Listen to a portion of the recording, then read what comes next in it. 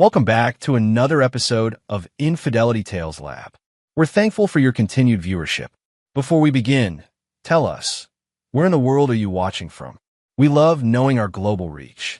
Now, let's dive into today's story. Chapter 1, The Dump.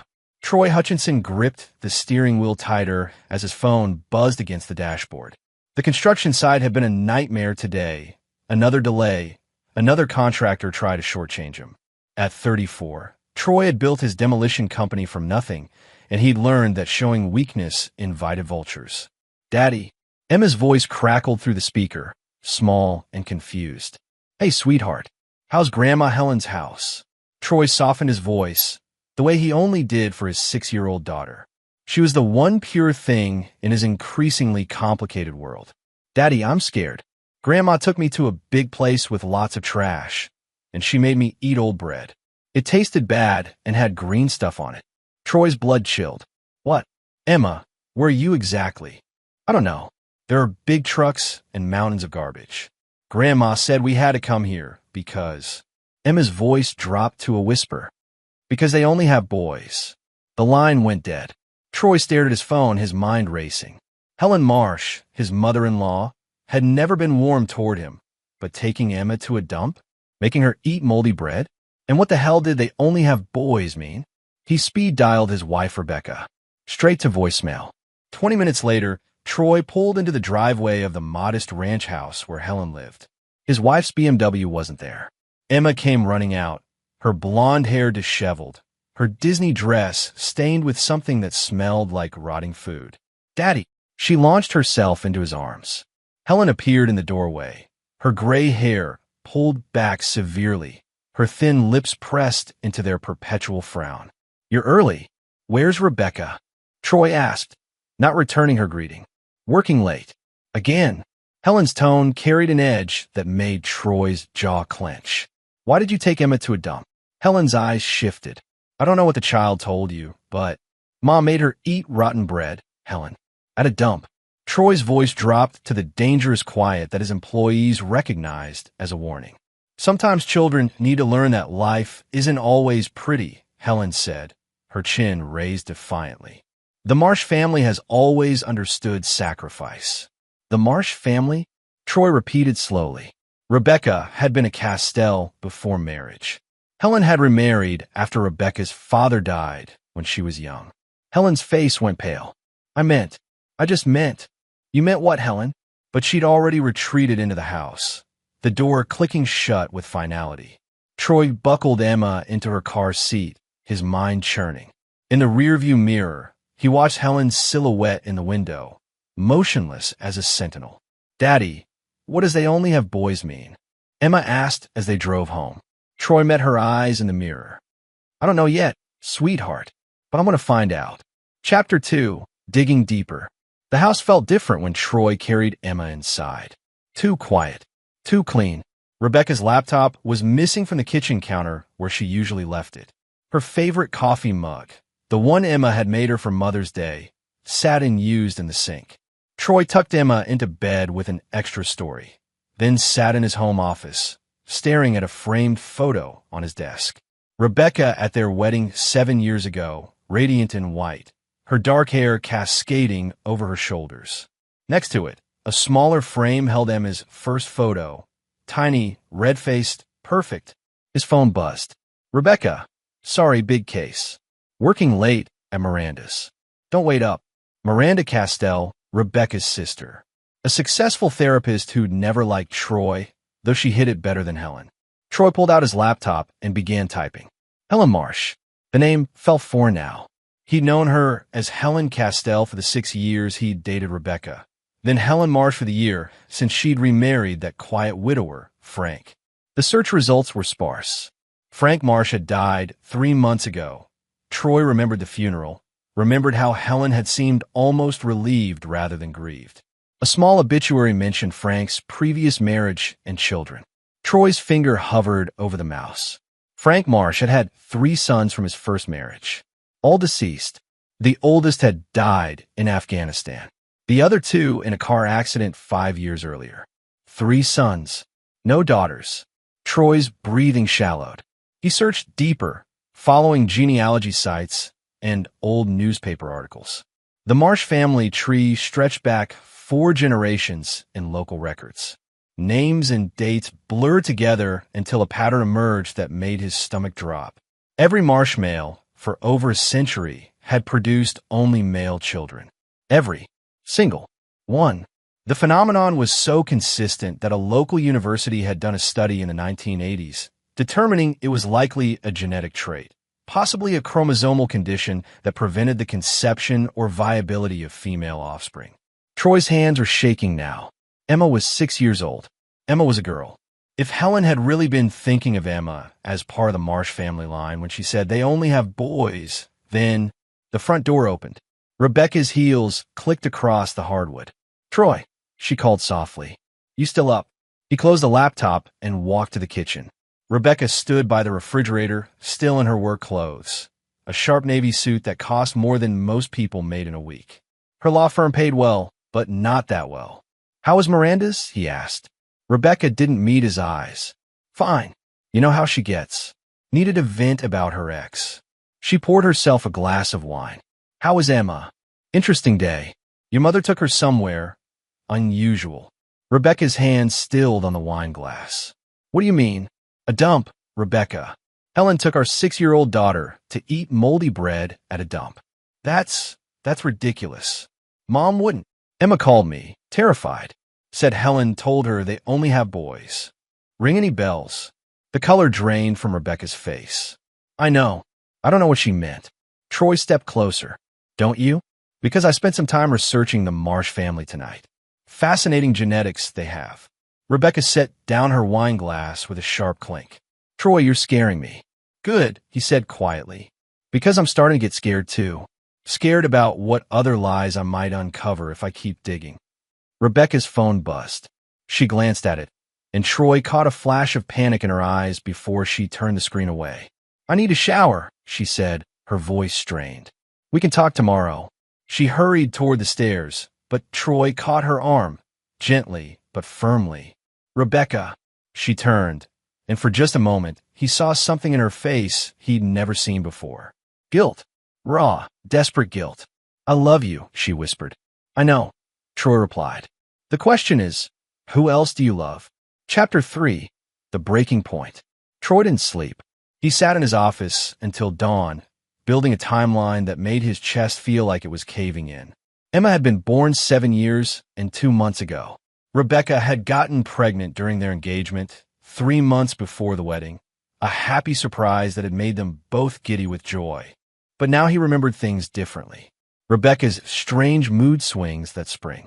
Her sudden interest in yoga classes that seemed to happen at odd hours. The way she'd been protective of her phone, claiming work was getting more demanding. He also remembered the week she'd gone to visit her college roommate in Portland. Girl time, she called it. Just need to clear my head before we become a family. Emma had been born exactly 38 weeks after Rebecca returned from Portland. Troy's phone rang at 6 a.m. An unknown number. "Mr. Hutchinson? This is Dr. Raymond Cross. I believe we need to talk." "Who is this?" "I was Frank Marsh's physician. I think you might want to know some things about his family's medical history. Things that might affect your daughter." Troy's grip tightened on the phone. "What kind of things?" "Not over the phone. Can you meet me at Riverside Park in an hour?" "Come alone." Dr. Cross was a thin man in his 60s with kind eyes and hands that shook slightly when he handed Troy a manila envelope. Frank was a good man, Cross said as they sat on a bench overlooking the river. But he carried guilt about something until the day he died. About Helen. About what she was hiding. Troy opened the envelope. Inside were medical records, genetic test results, and a handwritten letter. Frank found out 3 months before he died. Cross continued. Helen had confessed everything to him during one of his cancer treatments. The guilt was eating her alive, especially after Frank's sons died, and she realized what the genetic testing revealed. Troy read Frank's letter, written in a careful, shaking hand. "To whoever finds this, my wife Helen made a terrible mistake 7 years ago. She helped her daughter deceive her husband about their child's paternity. The man Helen calls Curtis Brennan is the real father. I kept this secret because I love Helen, but I cannot die with this knowledge. The little girl deserves the truth, and the husband deserves justice. Helen planned to tell him the day Curtis comes back to town next month. She's been planning it for months, trying to find the courage. But I think the man deserves to know on his own terms. Frank Marsh. Troy's vision blurred. Curtis Brennan. The name hit him like a physical blow. Curtis had been Rebecca's law school study partner. He'd been at their wedding, charming, handsome, with an easy smile that had made Troy instinctively dislike him. Curtis had moved to Portland for work right after graduation, but he'd kept in touch with Rebecca. Always professional, always friendly. "There's more," Dr. Cross said gently. "Frank did some investigating before he died. Curtis is coming back to town permanently. He's bought a house 2 miles from yours. He's planning to start a practice here." Troy closed the envelope, his hands steady despite the rage building in his chest. "Helen doesn't know Frank wrote this letter," Cross added. "She thinks she still has time to decide how to tell you." "How long have you been sitting on this?" 2 weeks. Frank made me promise to wait until after his funeral arrangements were complete. He didn't want Helen to suffer more than necessary, even though— Cross trailed off. "Even though she deserves to suffer," Troy finished. Cross looked uncomfortable. Frank loved her. He wanted mercy for her. Troy stood, the envelope clutched in his fist. "Frank was a better man than me." That afternoon, Troy picked up Emma from school himself instead of letting Rebecca handle it. He studied his daughter's face as she chattered about her day. The shape of her nose, the color of her eyes, the way she gestured with her hands. He'd always thought she looked like Rebecca. Now he realized he'd been seeing what he wanted to see. "Daddy, you look sad," Emma said as they sat in the ice cream shop where they'd gone every Friday since she was old enough to walk. "Just thinking, sweetheart, about the bad bread at Grandma's house." Troy met her eyes. "Emma, do you remember anything else Grandma said at that place?" Emma scrunched her face in concentration. "She said something about a man named Curtis. She said he was coming home soon and that everything would be different." Troy's spoon clattered against his bowl. "Did I say something wrong?" Emma asked, her voice small. Troy forced a smile. "No, baby. You said everything exactly right." That night, Rebecca tried to initiate their usual Friday night routine. Wine, takeout, and a movie after Emma went to bed. But Troy couldn't focus on anything except the weight of the envelope hidden in his office safe. "You've been weird all day," Rebecca said during the movie. "Is this about what Mom did?" "Because I talked to her and—" "What did she say?" Rebecca hesitated. "She said she was trying to teach Emma about reality, about how hard life can be, by making her eat rotten food at a dump. She said Emma was being dramatic, that it was just stale bread and—" Troy turned off the TV. "Rebecca, I need you to tell me something. I need you to be completely honest." Her face went pale. "Okay, is Emma my daughter?" The silence stretched between them like a chasm. Rebecca's mouth opened and closed soundlessly. Tears began streaming down her face. "Troy, is she mine?" Rebecca broke down completely, sobbing into her hands. "I'm so sorry. I'm so sorry." Troy felt something cold and final settle in his chest. "How long have you been planning to leave me for him?" Rebecca's head snapped up. "What?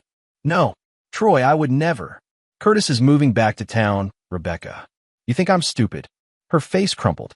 "It's not like that. I love you. I love our life. Curtis and what happened between us was a mistake, and it's over." A mistake that lasted how long? Just that week in Portland. It was just 1 week, and I regretted it immediately. I came home, and I chose you. I chose us. Troy stood up slowly. "You chose to lie to me for 7 years about my daughter's paternity. She is your daughter." Rebecca stood too, desperate. "In every way that matters, she's yours. You raised her. You love her. Stop." Troy's voice was deadly quiet. "Stop talking." Rebecca fell silent, tears streaming down her face. "I want you to listen to me very carefully," Troy said. "I've built my entire life around you and Emma.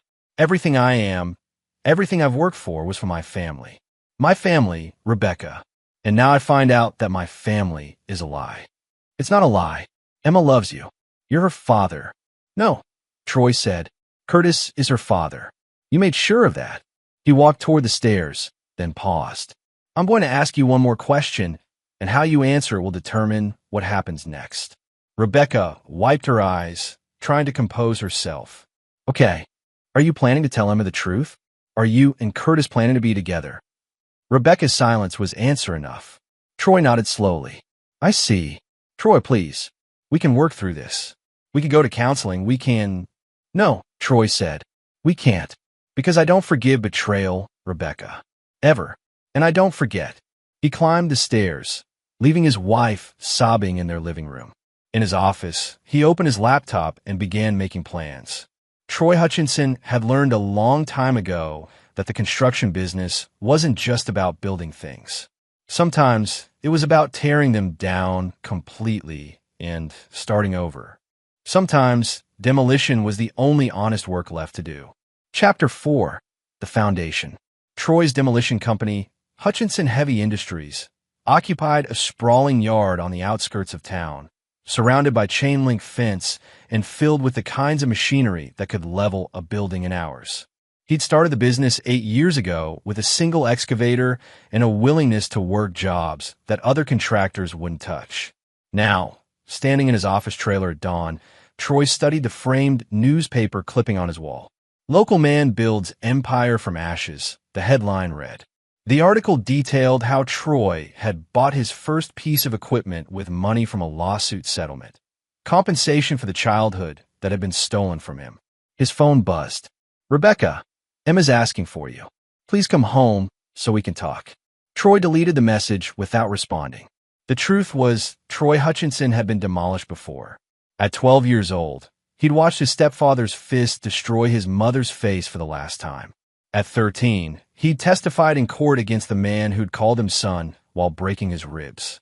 At 14, he'd used the settlement money from the state to disappear into the foster system, choosing strangers over the mother who'd prioritized her boyfriend over her child's safety. He'd learned early that survival meant eliminating threats completely.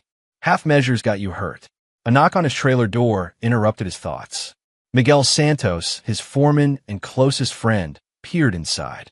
Boss, you okay? You missed the Monday morning briefing. Miguel had worked for Troy for 6 years. He was one of the few people who knew about Troy's past, and one of the fewer who understood why Troy never forgave betrayal. Close the door, Troy said. Miguel stepped inside, his weathered face creased with concern. What's going on? Troy handed him Frank's letter. Miguel read it twice, his expression darkening with each word. Shit, boss. I'm sorry. I need your help with something. Miguel nodded without hesitation.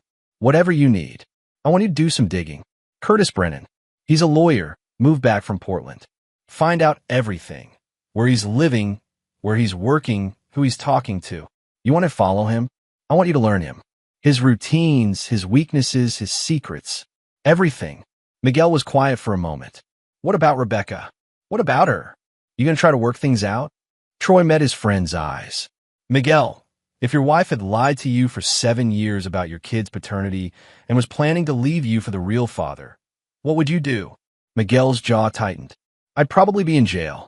Exactly. So I need to be smarter than that. Over the next week, Troy maintained a facade of normalcy while building his intelligence network. He went home each night, ate dinner with his family, helped Emma with homework, and slept in the guest room, ostensibly because of a work stress and insomnia that Rebecca didn't question too closely. Rebecca, meanwhile, grew increasingly nervous. She hovered around him, trying to gauge his mood, attempting casual conversations that felt forced and desperate. I've been thinking about marriage counseling, she said one evening as Troy helped Emma with the art project. Have you? Troy responded without looking up from Emma's drawing of their family. Stick figures holding hands in front of a house under a smiling sun. Dr. Kellerman has openings next week. She's supposed to be excellent with trust issues. Troy finally looked at her. Trust issues. Rebecca flinched at his tone. I just meant, I know I need to earn back your trust. I know it will take time. How much time do you think it should take? Troy asked. To forgive 7 years of lies. Emma looked up from her drawing.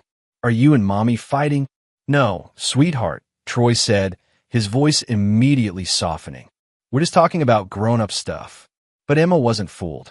Her 6-year-old's intuition picked up on the tension that had been building in the house. Is it because of what Grandma said about the boys? Rebecca went rigid. Emma, honey, why don't you go watch TV? Daddy and I need to talk. Emma gathered her crayons reluctantly. I don't like it when you're sad, Daddy. After Emma left, Rebecca turned to Troy with desperate eyes. She doesn't know anything. She's just confused about what Mom said. And what exactly did your mother say? I don't know. You know how Mom is. She says things that don't make sense when she's upset. Troy studied his wife's face. 7 years of marriage had taught him to read her tells. The way she touched her earring when she was nervous, the way her voice got higher when she was lying. Right now, she was doing both. Rebecca, I'm going to give you one chance to tell me the truth about what your mother knows and what you and Curtis have planned. Rebecca's face crumpled. There's nothing planned. Curtis and I haven't even talked since. Since when? Since he called last month to say he was moving back. Troy felt something cold settle in his stomach. He called you. It was just a courtesy call. He knew I still lived here, and he wanted it to avoid awkwardness. What kind of awkwardness? Rebecca was crying now. Troy, please. I know I screwed up, but Emma is your daughter in every way that matters. I don't want to be with Curtis. I want to be with you. Troy stood up slowly. The problem, Rebecca, is that I don't believe you, and I don't forgive liars. He left her sobbing at the kitchen table and went to his office, where he found 3 text messages from Miguel. Found his house, 414 Maple Street. Big place. He's working at Davidson and Associates. Started last week. Boss, you need to see this. He's got photos on his social media. Recent ones. Troy called Miguel immediately. What photos? Pictures of a little girl, boss. Blonde hair, looks about 6. Captions talk about my beautiful princess and can't wait to be together again. Troy's vision went red. Send me the links. 5 minutes later, Troy was staring at Curtis Brennan's Facebook page. The man looked exactly the same, tall, athletic, with the kind of easy smile that made people trust him. But it was the photos that made Troy's hands shake with rage. Emma. Curtis had been posting pictures of Emma, clearly taken from a distance. Emma at the playground. Emma walking out of school. Emma at the ice cream shop where Troy took her every Friday. Curtis had been watching his daughter. The captions were worse. Soon, princess. Daddy's coming home. My little girl is growing up so fast. Can't wait to make up for lost time. Home sweet home. Everything I've ever wanted is finally within reach. Troy's phone rang. Rebecca's number. Troy, where are you? Emma's asking for you. I'm at the office. Please come home. We need to talk about this like adults. Troy stared at the photos on his screen. Rebecca, does Curtis know where Emma goes to school? A long pause. What? Does he know her schedule? Her routines? Troy, you're scaring me. Why would he? Answer the question. I don't know. We haven't talked about Emma specifically. But you've talked. Another pause. Once. Just once since he called. Troy closed his eyes. When? Yesterday. He wanted to meet for coffee to clear the air. And I told him I couldn't. I told him I was married and happy, and that what happened between us was a mistake. What did he say? Rebecca's voice was barely a whisper. He said mistakes could be corrected. Troy hung up and immediately called his lawyer, a bulldog named Patricia Wolf, who specialized in family law and didn't believe in mercy. Pat, I need to see you tonight. Emergency. And bring everything you know about parental rights, custody law, and restraining orders. Troy, what's happening? War, Troy said, and I intend to win. Chapter 5. Setting the Trap. Patricia Wolf's law office smelled like leather and ambition. At 55, she'd built a reputation as the most ruthless family attorney in the county, a woman who could dismantle a marriage settlement with surgical precision and sleep soundly afterward. This is a nightmare scenario, she said after Troy finished explaining the situation. Legally speaking, if Curtis is Emma's biological father and can prove it, he has rights. What kind of rights? Visitation, possibly shared custody, depending on how the court views his absence for the first 6 years of her life. Troy's jaw clenched. Even though he abandoned her, he can claim he didn't know she existed. Rebecca could back him up on that. Patricia leaned forward. Troy, I need to ask you something, and I need you to be honest. Are you planning to hurt this man? No, Troy said. I'm planning to destroy him. Legally. Patricia relaxed slightly. Good. Because if you touch him, you lose everything. Emma, the house, your business, everything. Then we do this by the book. We'll need DNA evidence, documentation of his stalking behavior, and proof that any relationship between Curtis and Rebecca would be detrimental to Emma's well-being. Patricia pulled out a legal pad. I'll file for a restraining order based on the social media photos. That should buy us time. How much time? 2 weeks, maybe 3. But Troy, if Curtis is smart, and lawyers usually are, he'll counter with a paternity suit. Once that DNA test comes back positive, the game changes. Troy was quiet for a long moment. What if the DNA test never happens? What do you mean? What if Curtis disappears before he can file anything? Patricia's eyes narrowed. I can't be part of anything illegal. I'm not talking about illegal. I'm talking about giving Curtis a reason to leave town voluntarily. What kind of reason? Troy smiled, but there was no warmth in it. The kind of reason that makes staying more painful than leaving.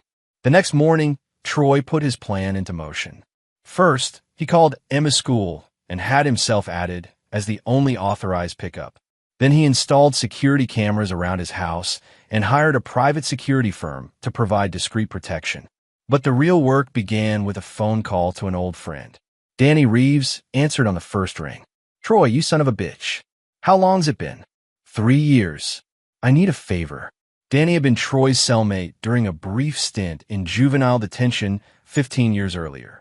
Now he ran a reputation management firm that specialized in making problems disappear from the internet. His methods weren't always legal, but they were always effective. What kind of favor? I need you to find everything there is to know about a lawyer named Curtis Brennan. And I mean everything. Credit history, employment records, medical records, traffic tickets, college transcripts, dating history, all of it. This going to cause me problems? Not if you're as good as you used to be. Danny laughed. I'm better. Give me 48 hours. While Danny worked his magic, Troy focused on the psychological warfare. He had Miguel begin following Curtis openly, close enough to be noticed, far enough to avoid harassment charges. The message was clear. You're being watched. Then Troy started showing up places where Curtis would see him. The coffee shop near Curtis's office. The gym where Curtis worked out. The grocery store Curtis frequented. Always polite, always distant, but always present. Curtis got the message by the 3rd day. I know what you're doing, Curtis said, cornering Troy in the parking lot outside the hardware store. Troy looked up from loading PVC pipe into his truck. And what am I doing? Intimidating me. Following me. I'm running my business and living my life, Troy said calmly. If our paths cross, that's just coincidence. Curtis stepped closer. I know you know about Emma. Emma's my daughter. No, Curtis said, his voice hardening. She's mine. And Rebecca and I are going to be together. Troy set down the pipe he was holding and turned to face Curtis fully. The two men were roughly the same height, but Troy had 40 pounds of muscle and a lifetime of control violence that showed in his posture. Are you threatening my family? Troy asked quietly. Curtis faltered slightly. I'm just saying, because if you're threatening my family, we're going to have a very different kind of conversation. I'm not threatening anyone. I'm just telling you how things are going to be. Troy smiled. Curtis, let me tell you how things are going to be. You're going to stay away from my wife, and you're going to stay away from my daughter. If you don't, I'm going to make your life very uncomfortable. You can't stop me from seeing my own child. Watch me. That evening, Danny called with his report. Your boy Curtis has some interesting secrets, Danny said. Want the highlights? All of it. He's got gambling debts. Big ones. Lost about 60 grand in Vegas 6 months ago to some very unfriendly people. He's been making payments, but he's behind. Troy's pulse quickened. How far behind? 3 months. And these aren't the kind of people who send polite reminder notices. What else? Medical records show he's been treated for anxiety and depression. Currently on medication. Had a breakdown in Portland last year after a client sued him for malpractice. The malpractice case settled out of court, but it cost him his job and most of his savings. He's basically broke, Troy. This move back home, it's not a choice. It's desperation. Troy absorbed this information. Anything else? One more thing. Your wife's Sister Miranda? She's been in contact with Curtis. Phone records show they've been talking regularly for the past 2 months. Troy felt the last piece of the puzzle click into place. How regularly? 3-4 times a week. Long conversations. Send me everything, Troy said. And Danny, I need you to do one more thing. Name it. I need Curtis's Vegas creditors to know exactly where he is. Danny was quiet for a moment. Troy, those guys don't mess around. I'm not asking you to hurt him. I'm just asking you to share information. This could get ugly. It's already ugly, Troy said. I'm just evening the odds. After he hung up, Troy sat in his office, planning his next moves. Rebecca was playing a longer game than he'd realized, with Miranda as her ally and Curtis as her escape plan. They'd been planning this for months, maybe longer. But they'd made one critical error. They'd underestimated him. Troy pulled out his phone and scrolled through his contacts until he found the number for Rebecca's law firm.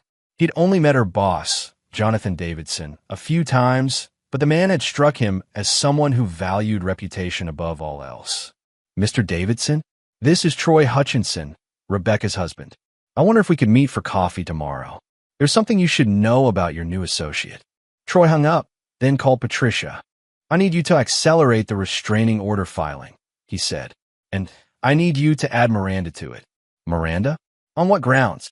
Conspiracy to interfere with a marriage and facilitate stalking. Troy, that's a stretch. Pat, trust me. By tomorrow afternoon, you'll have all the evidence you need. The trap was set.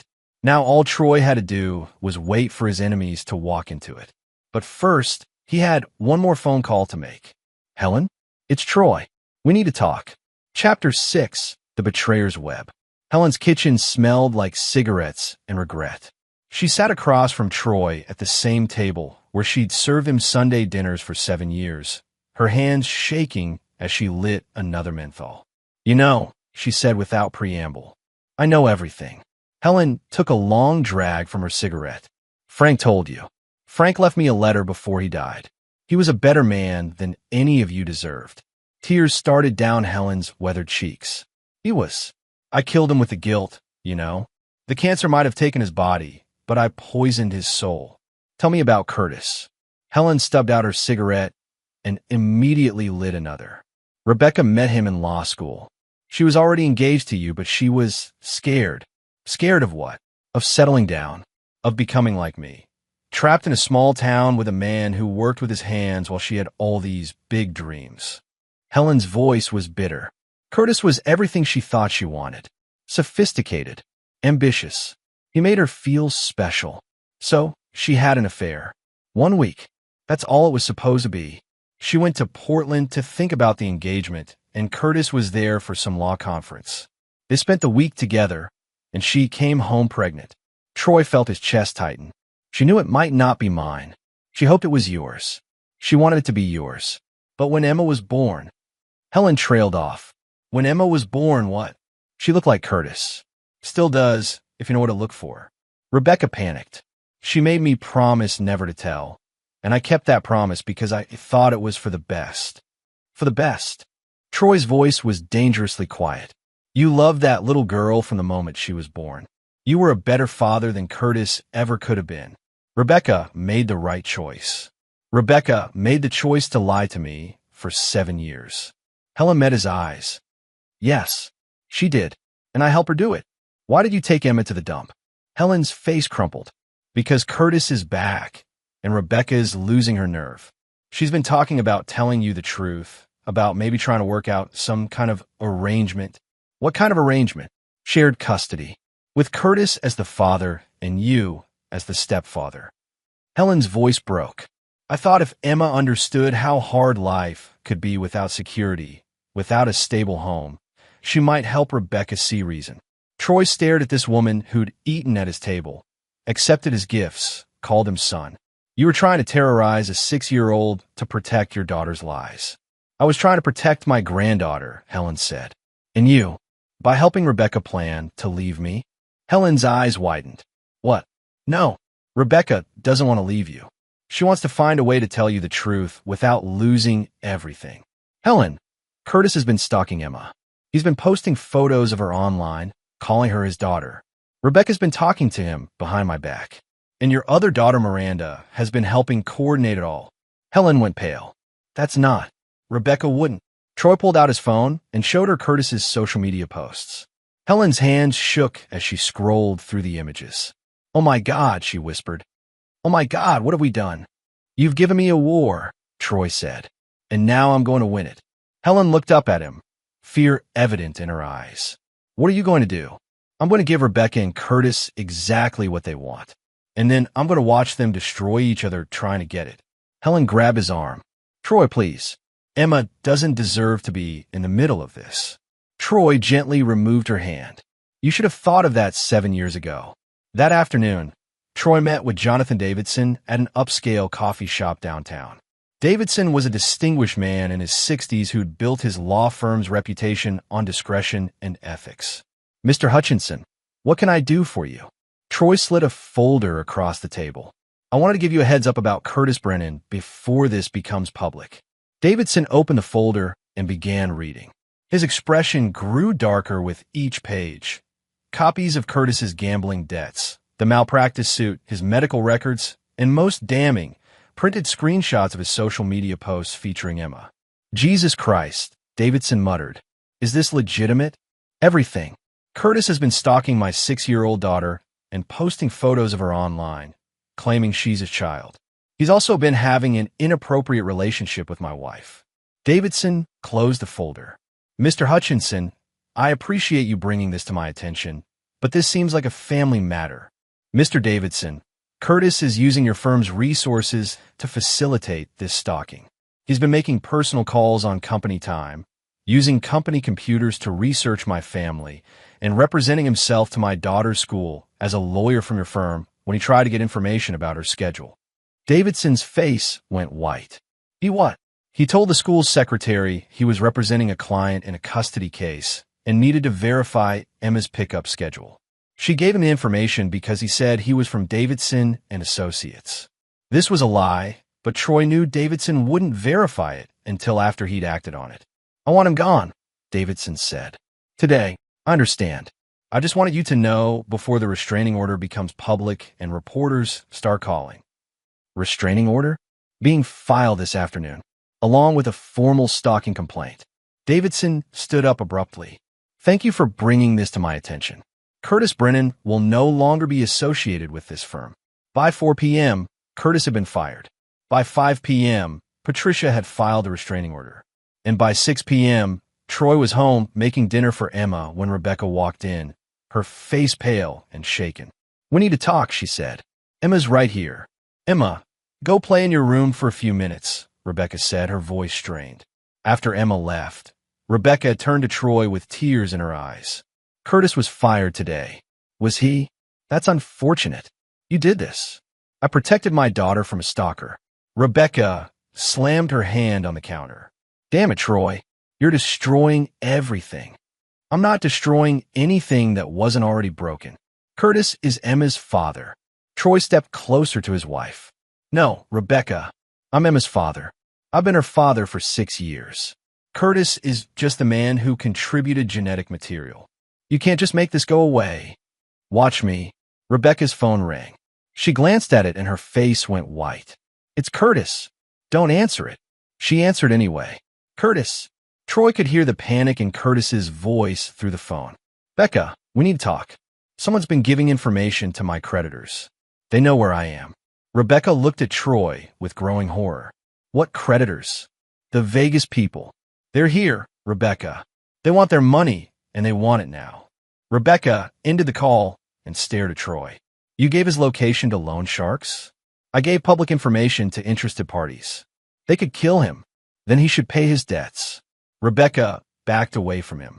I don't know who you are anymore. Troy smiled coldly. I'm exactly who I've always been, Rebecca. The only difference is now you get to see what happens to people who betray me. I want a divorce. No, Troy said calmly. You don't. Yes, I do. I want custody of Emma, and I want you out of our lives. Troy pulled out his phone and showed her a document. This is a petition for sole custody based on your unfitness as a mother. Mental instability, adultery, conspiracy to facilitate stalking, and child endangerment. Rebecca's face went white. You can't prove any of that. I can prove all of it. Your sister Miranda has been very helpful. Actually, phone records show she's been helping coordinate between you and Curtis for months. She's also been researching custody law and divorce attorneys on your behalf. Miranda wouldn't. Miranda's been recording your conversations, Rebecca. She's been building a case against me for months, documenting everything she thought would help you in a divorce. Unfortunately for you, those same recordings prove conspiracy and premeditation. Rebecca sank into a chair. This isn't happening. It's happening because you made it happen. You and Curtis and Miranda and your mother, you all decided to destroy my family. So now I'm going to destroy yours. Rebecca looked up at him with desperate eyes. What do you want? I want you to call Curtis and tell him it's over. I want you to cut all contact with him immediately. And I want you to convince Miranda to stay out of this. And if I do that, then we go to marriage counseling and we try to work this out like adults. What about Curtis? Troy's smile was sharp as a blade. Curtis is no longer your problem. Rebecca's phone rang again. This time it was Miranda. Don't answer it, Troy said. But Rebecca was already swiping to accept the call. Miranda? Miranda's voice was hysterical. Rebecca, someone broke in my office. They destroyed my computer, my files, everything. Rebecca looked at Troy with growing fear. Who would do that? I don't know, but whoever it was left a message. They said I should mind my own business and stop interfering in other people's marriages. Oh my God. Troy took the phone from Rebecca's hand. Hello, Miranda. Troy, what's going on? What's going on is that you've been conspiring against me for months. What's going on is that you've been recording my wife's private conversations. What's going on is that you're about to learn why smart people don't mess with my family. He hung up and handed the phone back to Rebecca. Now, Troy said calmly, let's discuss how this is going to work. Chapter 7, The Unraveling. Curtis Brennan was a broken man by Wednesday morning. Troy watched from across the street as Curtis loaded boxes into a battered Honda Civic, his movements frantic and desperate. The house Curtis had bought, the symbol of his triumphant return, now sported a for sale sign and a growing collection of legal notices taped to the front door. Troy's phone buzzed with a text from Miguel. Vegas boys found him at 3 a.m. No violence, just made their point clear. He's got 48 hours to come up with $60K or they start taking collateral. Troy smiled grimly. Curtis didn't have $60,000. Curtis barely had $600 after his legal fees and a deposit he'd lost on the house he could no longer afford. But the money wasn't the real problem. The real problem was that Curtis had been so focused on his fantasy of playing house with Rebecca and Emma that he'd forgotten about the very real people who wanted to break his legs. Troy started his truck and drove to the office, where Patricia was waiting with a stack of legal documents. The restraining order was approved, she said without preamble. Curtis has to stay at least 500 feet away from you, Rebecca and Emma. He also can't contact any of you directly or through third parties. What about the custody petition? He can't file for paternity while the restraining order is active. But Troy, this is only temporary. Eventually, he'll be able to challenge it. He won't be around long enough to challenge anything. Patricia looked concerned. What does that mean? It means Curtis is about to discover that small-town life doesn't suit him after all. That afternoon, Troy drove to Emma's school for the parent-teacher conference he'd requested. Mrs. Peterson, Emma's first-grade teacher, was a kind woman in her 50s who genuinely cared about her students. Emma's been different this week, she said as they sat in the tiny plastic chairs. Quieter, more anxious. She keeps asking if you're going to come pick her up. There have been some changes at home, Troy said carefully. Nothing that affects Emma directly, but she's perceptive. Mr. Hutchinson, I need to tell you something. A man came by yesterday asking questions about Emma. He said he was a lawyer working on a custody case. Troy's blood chilled. What did you tell him? Nothing. We have strict policies about information sharing. But he seemed to know a lot about Emma already. Her schedule, her friends, her routines. Did he give you a name? Curtis Brennan. He said he was from Davidson and Associates. Troy pulled out his phone and showed Mrs. Peterson Curtis's photo. Is this him? Yes. Mr. Hutchinson, should I be concerned? He's not allowed on school property anymore. There's a restraining order in place. I'll have a copy sent to the office. Mrs. Peterson nodded gravely. Is Emma in danger? Troy considered the question. Curtis was desperate, broke, and facing violence from his creditors. Desperate people made bad decisions. I don't think so, but I'm taking precautions. That evening, Troy sat in his office reviewing the surveillance footage from his home security system. The cameras had captured several interesting visitors over the past week. Monday, Curtis driving slowly past the house 3 times. Tuesday, Miranda parking across the street for 2 hours, apparently waiting for Troy to leave. Wednesday, an unfamiliar car with Nevada plates, presumably Curtis's creditors. But Thursday's footage was the most revealing. Rebecca had left the house at 2 p.m., supposedly to run errands. Instead, she'd driven to a parking lot on the outskirts of town where she'd met Curtis for what appeared to be an intense conversation. The meeting lasted 30 minutes before Rebecca drove home alone. Curtis, meanwhile, had sat in his car for another hour, apparently making phone calls. Troy picked up his secure phone, the one Danny had given him years ago for conversations that needed to stay private. Danny, I need an update. Your boy Curtis is scrambling. He tried to borrow money from 3 different people today. No luck. What about his other options? That's where it gets interesting. Someone's been feeding him information about you. Financial records, business contracts, personal details. Troy's grip tightened on the phone. Who? Still working on that. But whoever it is has access to privileged information. Banking records, tax returns, even sealed court documents from your juvenile case. Troy felt a chill run down his spine. Only a few people had access to that level of personal information. Danny, I need you to check something for me. Has anyone been running background checks on me recently? Private investigators, law firms, that kind of thing. Give me 20 minutes. Troy hung up and walked to the kitchen, where Rebecca was helping Emma with her homework. They looked like the perfect family. Mother and daughter bent over a workbook, the evening light streaming through the windows. How was school today, sweetheart? Troy asked, kissing the top of Emma's head. Good. Mrs. Peterson said a man came to ask about me, but she didn't tell him anything because she doesn't talk to strangers. Rebecca went rigid. What man? Emma shrugged. I don't know. Some man. Troy met Rebecca's eyes across the table. She knew exactly what man. Emma, why don't you go watch TV for a few minutes? Mommy and Daddy need to talk. After Emma left, Rebecca turned to Troy with tears in her eyes. I didn't know he was going to the school, but you did know he was violating the restraining order when you met him today. Rebecca's face went white. How did you? I know everything, Rebecca. The question is, what else have you and Curtis been planning? Nothing. Troy, I swear, I told him it was over. I told him to leave town and never contact us again. And he said he couldn't leave.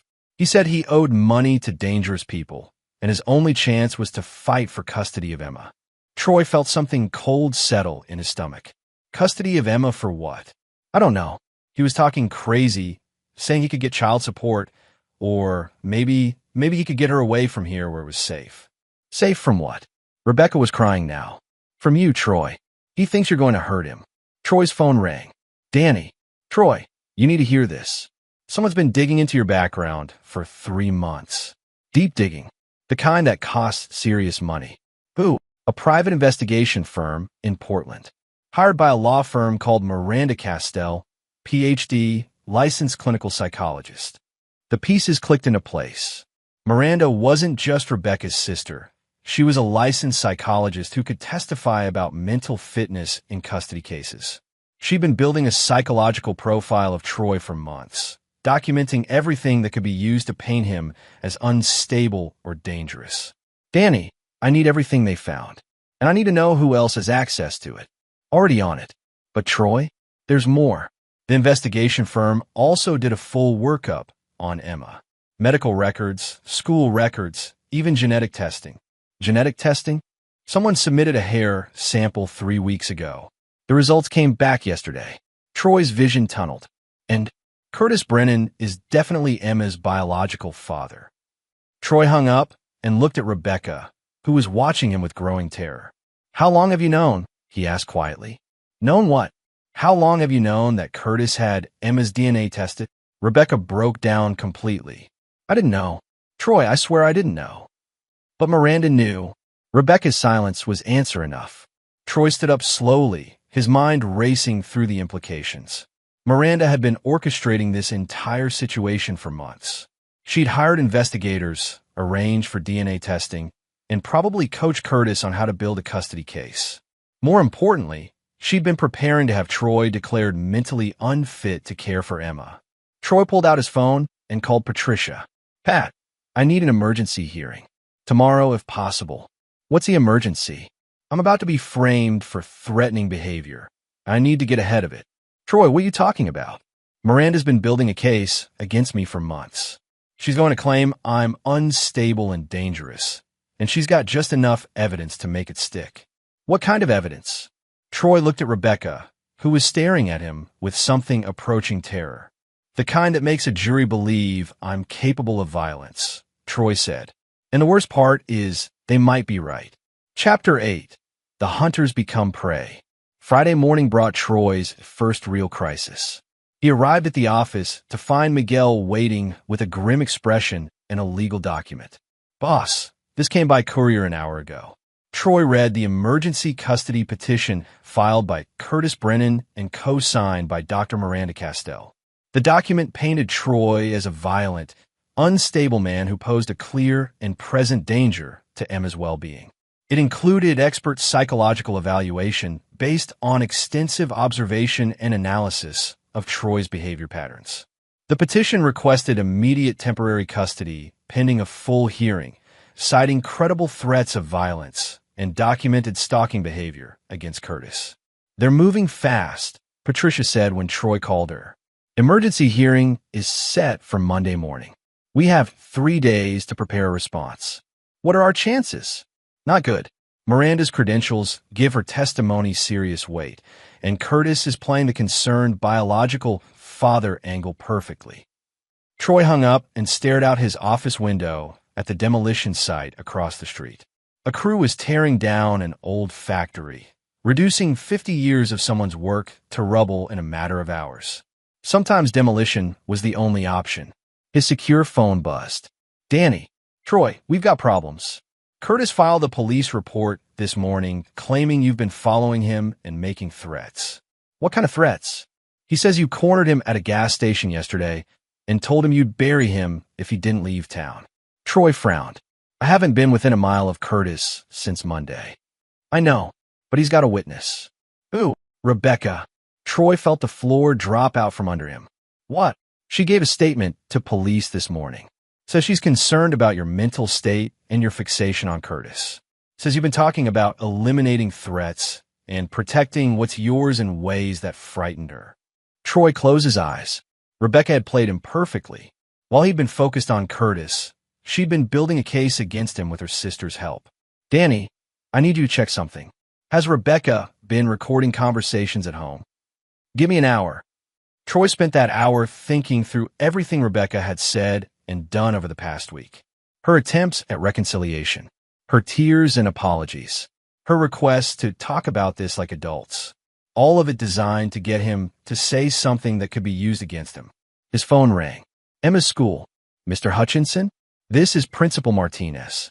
I'm afraid we have a situation." Troy's blood turned to ice. "What kind of situation?" "Someone called in a bomb threat, specifically mentioning Emma. We've evacuated the building and called police, but given the restraining order situation, we thought you should know immediately." "Where's Emma?" "Safe. She's with me in the emergency staging area. But Mr. Hutchinson, the caller specifically mentioned you by name. They said you were dangerous and that Emma wasn't safe at home." Troy was already moving toward his truck. "I'll be there in 5 minutes." "Mr. Hutchinson, wait. The police want to speak with you when you arrive." Troy paused. "About what?" "They have some questions about the threats against Mr. Brennan." The trap was closing. Curtis and Rebecca had orchestrated this perfectly. A bomb threat to make Troy look unstable, followed by police questioning that would establish his presence at the school during a crisis. Troy called Patricia as he drove. "They're framing me." "For what?" "Everything. Bomb threats, stalking, mental instability. They want to make me look like a dangerous lunatic." "Troy, don't go to the school. If police are waiting to question you." "My daughter is there. Your daughter is safe." But if you walk into their trap, you'll lose her forever. Troy pulled over, his hands shaking with rage. What do you recommend? We go on the offensive. Immediately. How? By exposing what Curtis and Miranda have really been doing. And by proving that Rebecca has been lying about everything. Troy closed his eyes. Do it. Troy, this is going to get ugly. Really ugly. It's already ugly. That afternoon, Troy sat in Patricia's conference room as she laid out their counterattack. Danny had provided a wealth of information about Curtis's real activities, Miranda's unethical behavior, and Rebecca's coordination with both of them. Curtis has been using stolen credit cards to fund his investigation into your family, Patricia said. The private investigator he hired paid with a card belonging to one of his Portland clients. That's fraud. It gets better. Miranda has been secretly recording therapy sessions with Rebecca and using that information to build her case against you. That's a violation of professional ethics that could cost her license. And Rebecca? Patricia slid a folder across the table. Bank records show she's been funneling money to Curtis for months. Small amounts from her joint account, transferred to a PayPal account registered to a fake name. Troy reviewed the documents. How much?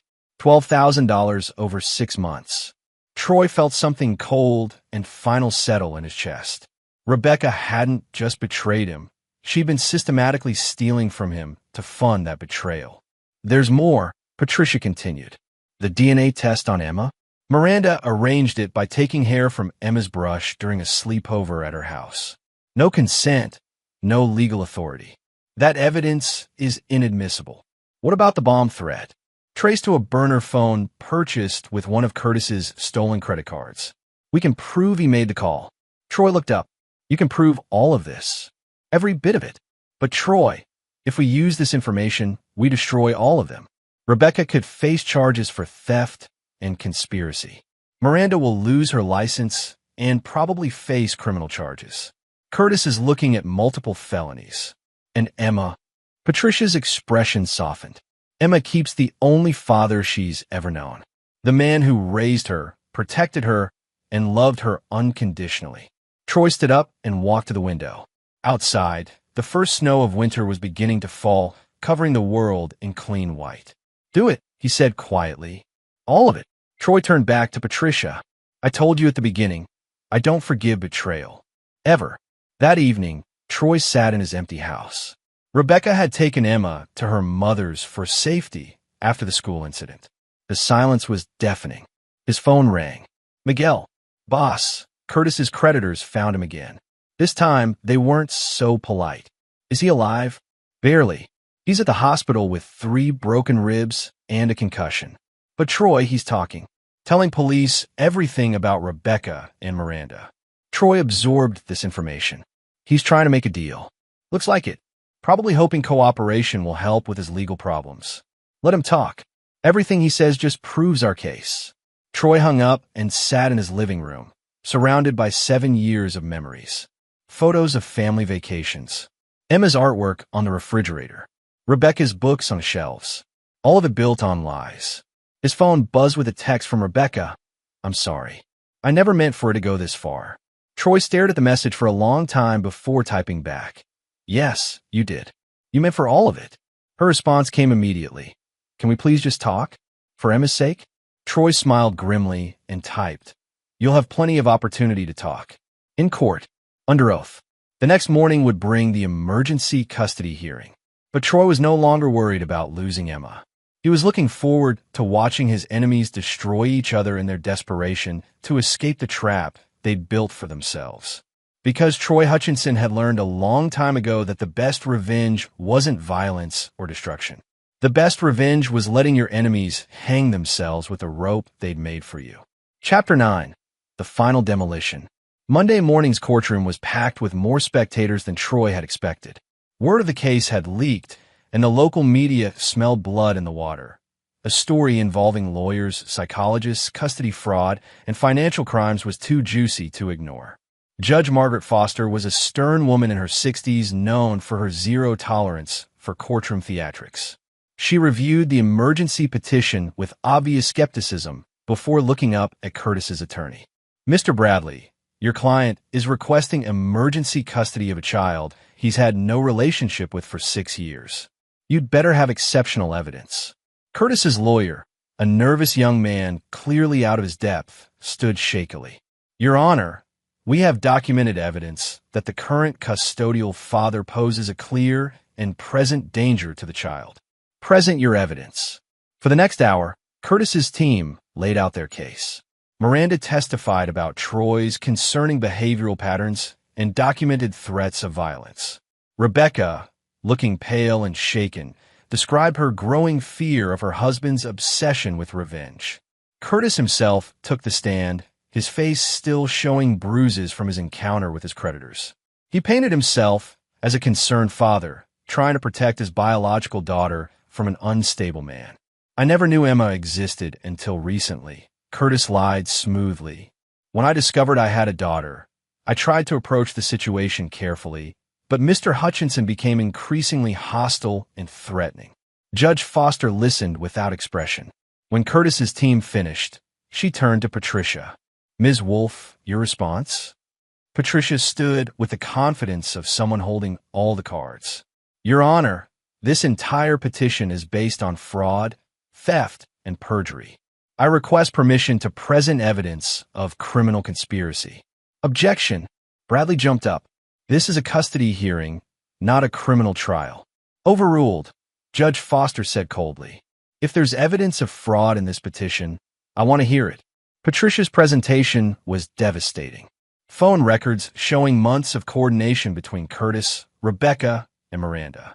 Bank records proving Rebecca had stolen money to fund Curtis's investigation. DNA evidence obtained illegally without parental consent. Your Honor, Patricia said, this isn't a custody case. It's an elaborate fraud designed to extort money and custody rights through illegal means. She presented the evidence of Curtis's stolen credit cards, his fraudulent identity theft, and his manufacture of evidence against Troy. The bomb threat that supposedly demonstrated Mr. Hutchinson's instability, made from a phone purchased with stolen funds by Mr. Brennan himself. The courtroom erupted in whispers. Curtis went white, his lawyer looking frantically through papers as if hoping to find some overlooked defense. But Patricia wasn't finished. Your Honor, I'd like to call Emma Hutchinson to testify. She's 6 years old, Bradley protested. Old enough to answer simple questions about who she considers her father. Judge Foster nodded. I'll allow it, but keep it brief and age-appropriate. Emma took the stand wearing her favorite dress, the blue one with the flowers that Troy had bought her for her birthday. She looked tiny in the witness chair, but her voice was clear when she spoke. Emma, Patricia said gently, who is your daddy? Emma pointed at Troy without hesitation. That's my daddy. Has anyone else ever told you they were your daddy? Emma shook her head. No, daddy is daddy. Do you feel safe with your daddy? Yes, daddy protects me. He reads me stories and makes me pancakes and helps me with my homework. Patricia smiled. Thank you, Emma. Curtis's lawyer declined to cross-examine a 6-year-old, probably the smartest decision he'd made all day. Judge Foster called a brief recess, during which Troy watched Curtis arguing frantically with his lawyer. Rebecca sat alone, tears streaming down her face. Miranda had disappeared entirely. When court reconvened, Judge Foster's expression was thunderous. In 30 years on this bench, I have rarely seen such a blatant attempt to manipulate the legal system. Mr. Brennan, your petition is denied. Furthermore, I'm ordering a full investigation into the criminal activities outlined by Ms. Wolfe. She turned to Rebecca. Mrs. Hutchinson, you will surrender your passport and remain available for questioning by law enforcement. Finally, she looked at Curtis. Mr. Brennan, you are hereby permanently enjoined from any contact with Emma Hutchinson. Any violation of this order will result in immediate arrest. Curtis stood shakily. Your Honor, I have rights as the biological father. Mr. Brennan, Judge Foster cut him off. You forfeited those rights when you chose fraud over fatherhood. Biological connection does not override the best interests of the child, and this child's best interests clearly lie with a man who has raised and loved her for 6 years. The gavel fell with finality. Outside the courthouse, Troy found Rebecca waiting by his truck. Her face was streaked with tears, her designer suit wrinkled from a sleepless night. "Troy, please. We need to talk." "No, we don't. I know you hate me. I know I deserve it. But Emma needs both her parents." Troy studied the woman he'd married 7 years ago. "Emma has a parent. She has me. What about us? What about our marriage?" "What marriage, Rebecca? The one built on lies? The one where you stole money to fund your boyfriend's investigation into me? That marriage." Rebecca sobbed. "I made mistakes. Terrible mistakes. But we can get through this." Troy shook his head. "No, we can't. Because I don't forgive betrayal, Rebecca. I told you that from the beginning. So, what happens now? Now you face the consequences of your choices. The district attorney is filing charges for theft, conspiracy, and fraud. Miranda's going to lose her license and probably face jail time. Curtis is looking at federal charges for the credit card fraud. And me?" Troy opened his truck door. "You made your choice, Rebecca. You chose Curtis over me, lies over truth, and greed over family. Now you get to live with those choices." Rebecca grabbed his arm. "What about Emma? She needs her mother." Troy gently removed her hand. "Emma needs stability and truth. Two things you've never been able to provide." As Troy drove away, he saw Rebecca in his rearview mirror, standing alone in the courthouse parking lot, finally understanding the cost of her betrayal. That evening, Troy sat with Emma in their living room, helping her work on a puzzle. The house felt different now, cleaner somehow, as if the lies had been a physical presence that was finally gone.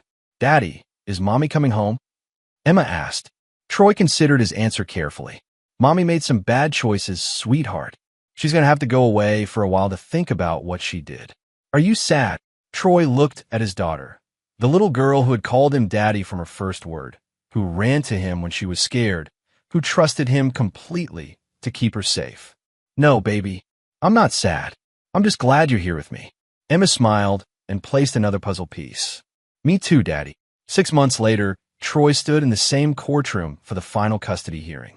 Rebecca was dressed in an orange jumpsuit, serving 18 months for theft and conspiracy. Curtis had fled the state to avoid federal charges, abandoning any pretense of caring about Emma. Miranda had lost her license and was facing her own criminal trial. Judge Foster reviewed the case one final time before making it official. Troy Hutchinson was granted sole legal and physical custody of Emma Hutchinson.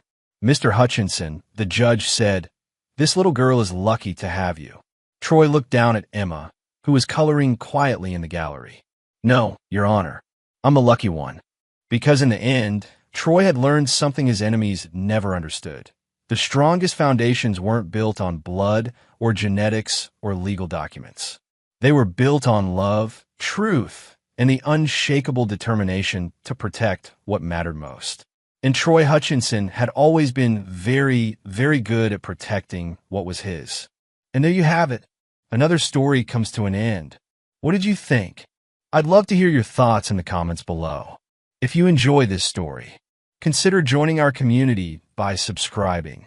It means the world to us. For more stories like this one, check out the recommended videos on screen. And I'll see you there. Subscribe to Infidelity Tales Lab for more stories. Now, let's begin this one. Chapter 1. The Consultation. Clay Groves sat in Dr. Harold Cherry's office, his hand resting protectively on his daughter's shoulder. Across from him, his wife Emma fidgeted with her purse strap, her eyes darting between the neurologist and the door. 4 years of these appointments, 4 years of hoping she'd remember their life before the accident, and still nothing but hollow smiles and rehearsed responses. "Mr. Groves," Dr. Cherry said, reviewing the MRI scans on his computer screen, "the results show no physical trauma that would explain the continued memory loss. In fact, the patterns we're seeing are unusual." Emma leaned forward. "What does that mean?" "I'd like to run some additional tests." The doctor's voice was steady, but Clay noticed how his fingers trembled slightly as he typed. "Mrs. Groves, would you mind stepping out to provide a urine sample? The nurse at the front desk will direct you." "Of course." Emma stood, clutching her purse tightly against her side. Something about the way she held it made Clay's architect's eye catch. The weight distribution was wrong. like she was carrying something heavy on one side. The moment the door closed, Dr. Cherry rolled his chair closer, his professional demeanor cracking. "Mr. Groves, you need to contact the authorities immediately." His voice dropped to an urgent whisper. "Your daughter." The door swung open. Emma stood in the threshold, her expression unreadable. "I forgot to ask where the restroom was." Her hand remained buried in her purse, and Clay saw her knuckles were white from gripping something. Dr. Cherry straightened, his face pale. "Down the hall, second door on the left." Emma's eyes lingered on both of them for a beat too long before she turned away. Clay waited until her footsteps faded. "What about my daughter?" "That child isn't." Dr. Cherry glanced at the door, then pulled out a business card and scribbled something on the back. "This is my personal number. Whatever you do, don't let on that you suspect anything. She's dangerous, Mr. Groves. I treated your family before the accident. That woman is not your wife, and that little girl is not Audrey." The words hit Clay like a wrecking ball, but he kept his face neutral. Years of client presentations had taught him to mask his reactions. He pocketed the card just as Emma returned, the weight in her purse still present. "All set?" she asked with a smile that didn't reach her eyes. "All set," Clay replied, placing his hand on the girl's shoulder again. The child, whoever she was, remained silent, just as she'd been for most of the appointment. His real Audrey had been a chatterbox. They drove home in silence. Clay watched Emma in the passenger seat, really looked at her for the first time in months. The way she held herself, the small mannerisms. Now that the seed of doubt was planted, everything seemed wrong. The scar above her left eyebrow from when she'd fallen off her bike as a kid was positioned slightly too high. Her laugh, which he'd attributed to trauma-induced changes, had a different quality entirely. That night, after putting the fake Audrey to bed, Clay stood in his home office, staring at the architectural plans for his latest project. But his mind was elsewhere, cataloging 4 years of subtle inconsistencies he'd dismissed. The way Emma recoiled from mushrooms, his real wife's favorite food. How she claimed not to remember their honeymoon in Barcelona, a trip they'd never taken. They'd gone to Iceland. The birthmark his daughter had on her left ankle. This child had clear skin. He'd been living with strangers. Imposters who knew just enough to be convincing, but not enough to be perfect. The real question that kept him awake that night: where was his real daughter, and what had happened to his wife?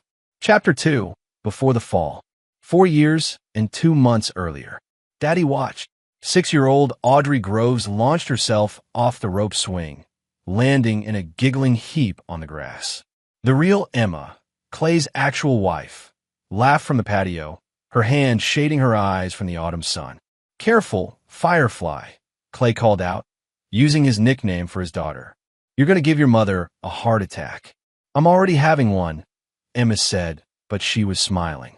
"Come eat before the lasagna gets cold." That Sunday afternoon represented everything Clay had built. A successful architecture firm with projects across 3 states. A beautiful home he designed himself in the suburbs of Richmond, Virginia, and a family that made every challenge worthwhile.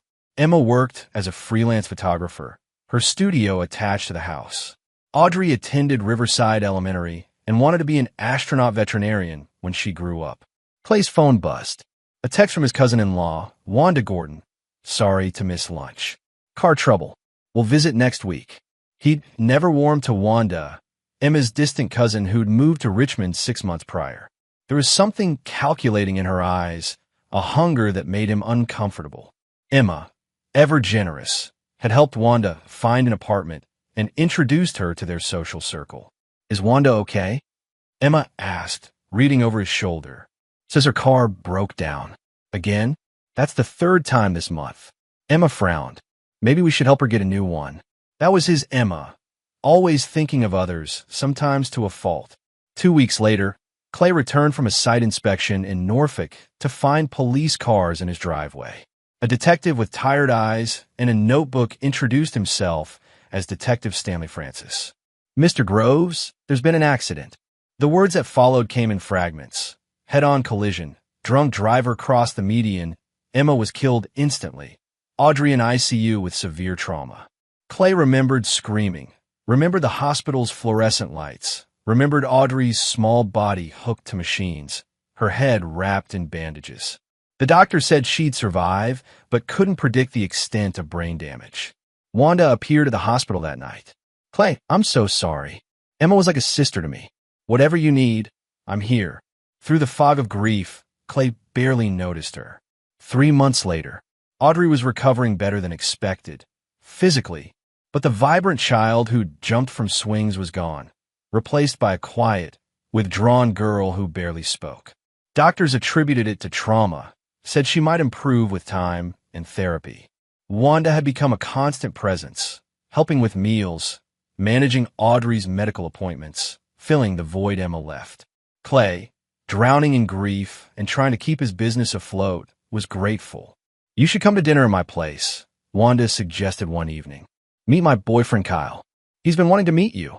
Says he admires your work." Kyle McKee was tall, charming, with slick back hair and a salesman's smile. He worked in investments, which Clay found deliberately vague, but Wanda seemed happy. Over the following months, Wanda practically moved in. Audrey seemed comfortable with her, which Clay took as a positive sign. His daughter was finally speaking again, relearning social skills. Then came the day, 9 months after Emma's death, when Wanda approached Clay with tears in her eyes. "I've been thinking," she said. "You know how much Emma meant to me. And I've been researching. There's a clinic in Switzerland that does incredible work with plastic surgery. Identity restoration procedures for accident victims, that sort of thing." She pulled out a brochure. What if I try to look like Emma? For Audrey's sake. The doctors say familiar faces help with childhood trauma. Clay should have seen it then. Should have recognized the manipulation.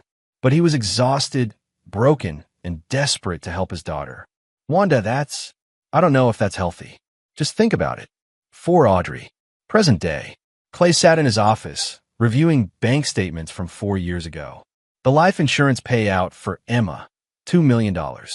He'd signed control over to Emma, Wanda, 18 months ago, when she convinced him it would help her feel more integrated into their life. His business accounts showed systematic drainage, small amounts regularly transferred to offshore holdings he didn't recognize. He pulled up the police report from Emma's accident.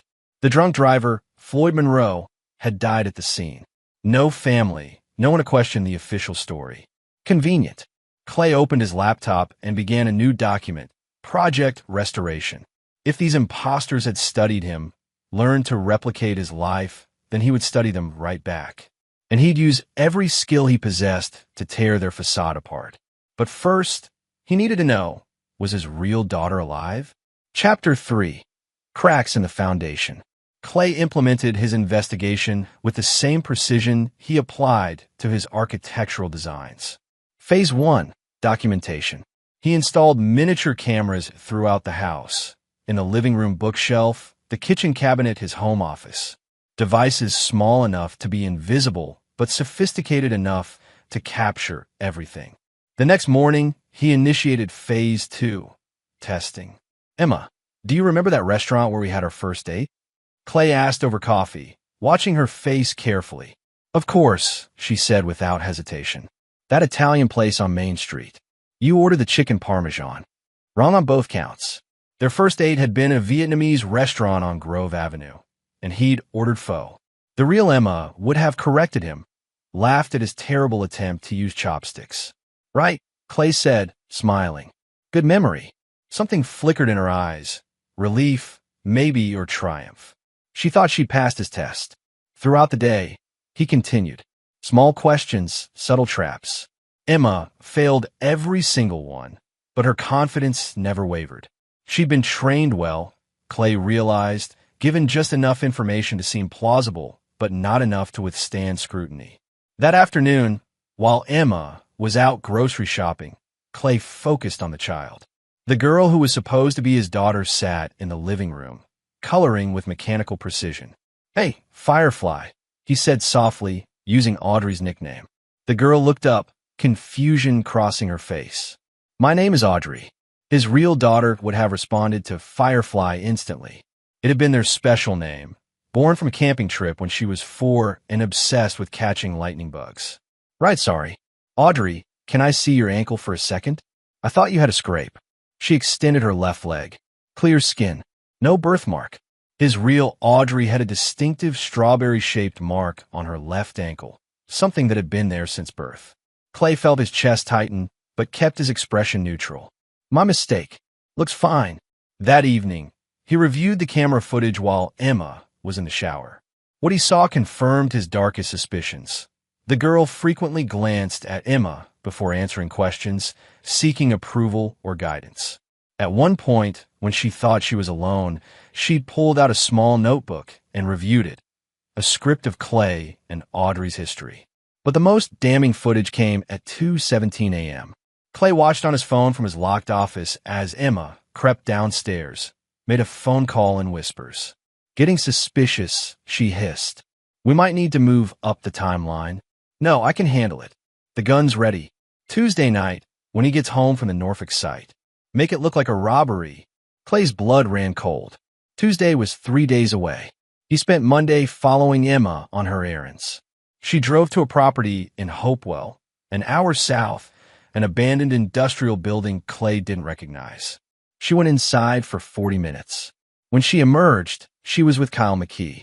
Clay waited until they left, then approached the building. The lock was basic, easy to pick with tools from his car. Inside, the space was mostly empty except for a makeshift apartment in the back corner. His heart nearly stopped when he saw her.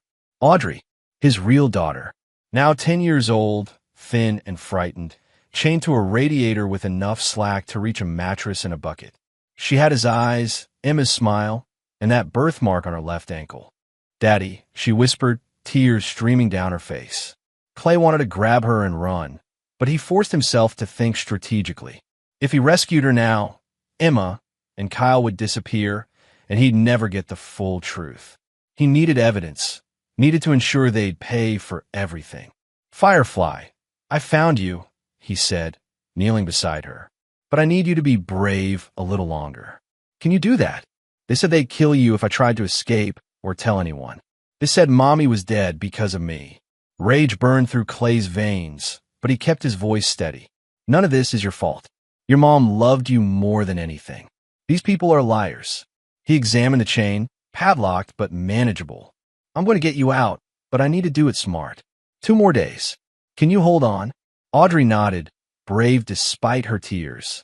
"I knew you'd find me. I knew you'd come." Clay took photos of everything. The chains, the conditions, Audrey's scared face. Then he did something that broke his heart.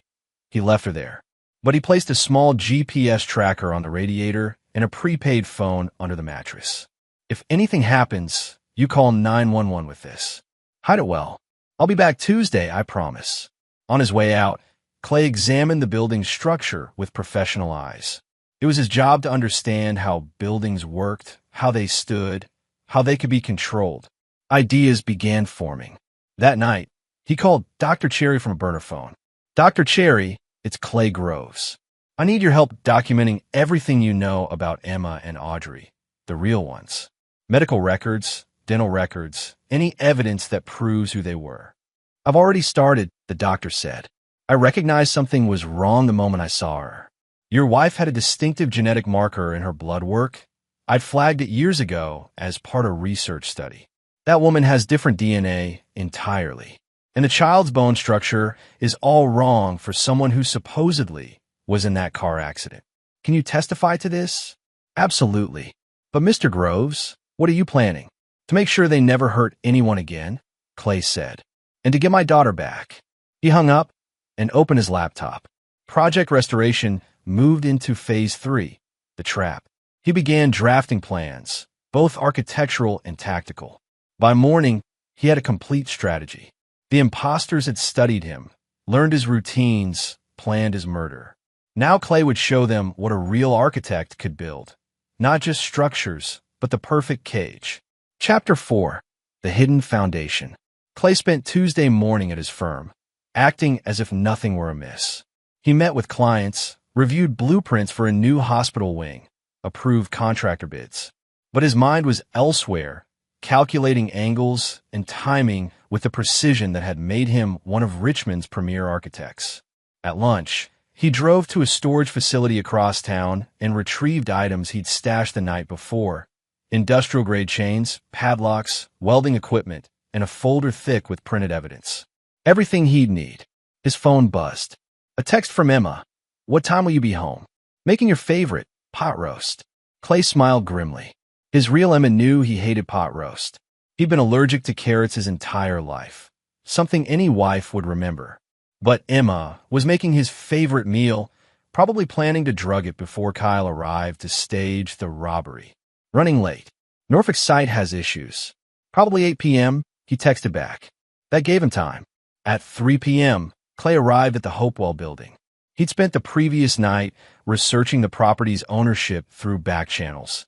It was owned by a shell corporation registered to Kyle McKee. Interesting. He picked the lock and slipped inside, moving quickly to where Audrey was kept. "Daddy," she whispered urgently. "They were here this morning. Kyle said something about tonight's the night." "I know, Firefly. That's why we're doing this now." Clay pulled out his tools and began working on the padlock. It took 3 minutes to break it open. "Come on. We're going somewhere safe." "What about the other girl?" "Mandy." Clay froze. "What other girl?" "Mandy. She's Kyle's daughter. They make her pretend to be me at your house. She's not mean, just scared. Kyle hits her when she messes up." "Another victim." Clay's jaw tightened. "Where is she now?" "At your house with Wanda. That's what Wanda's real name is. Kyle told her once when he was drunk." Clay carried Audrey to his car, then drove to his best friend's house. Alejandro Haley had been Clay's roommate in college and was now a criminal defense attorney. More importantly, he was trustworthy. "Al, I need you to keep Audrey safe for the next 12 hours. Don't call anyone, don't tell anyone." "Can you do that?" Alejandro took one look at Audrey's condition and nodded. "Whatever you need, brother. But after this is done, you're telling me everything." "Deal." Clay drove back to the Hopewell building, phase 4 of his plan crystallizing. He spent the next 3 hours working, welding, constructing, preparing. The building's layout was perfect for what he had in mind. A single exit, reinforced walls, and a basement that could be sealed off. He'd analyzed the structure yesterday. Now he was modifying it. He set up cameras in every corner, connected to a cloud server. Whatever happened next would be documented from multiple angles. At 6:30 p.m., he called Detective Stanley Francis, the same detective who'd investigated Emma's accident for years ago. "Detective, this is Clay Groves. I have evidence of a murder conspiracy, kidnapping, and identity fraud. But I need you to trust me and follow my exact instructions." "Mr. Groves, if you have evidence." "I have my daughter, the real Audrey, who's been held captive for 4 years. I have video of her imprisonment, DNA evidence that my current wife is an imposter, and proof of a murder-for-hire plot against me scheduled for tonight. But if we move too soon, we won't get Kyle McKee, and he'll disappear." Silence. "Then what do you need?" Clay laid out his plan. "Be at this address at 8:30 p.m. sharp, not a minute earlier.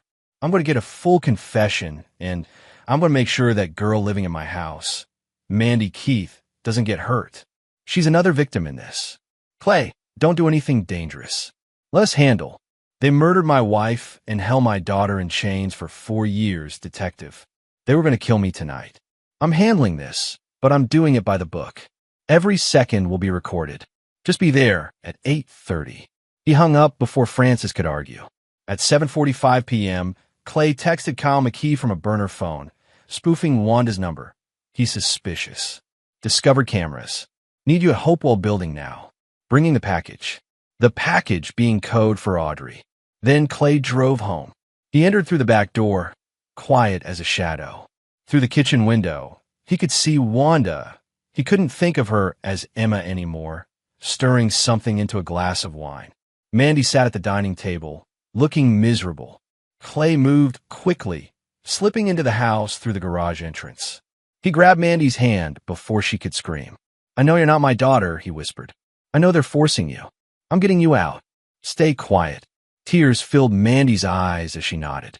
They slipped back out through the garage just as Wanda called, "Audrey, dinner." Clay drove Mandy to Alejandro's house. 2 daughters to protect, now Al. "Jesus, Clay. What's going on?" "Justice," Clay said. "Finally." Chapter 5.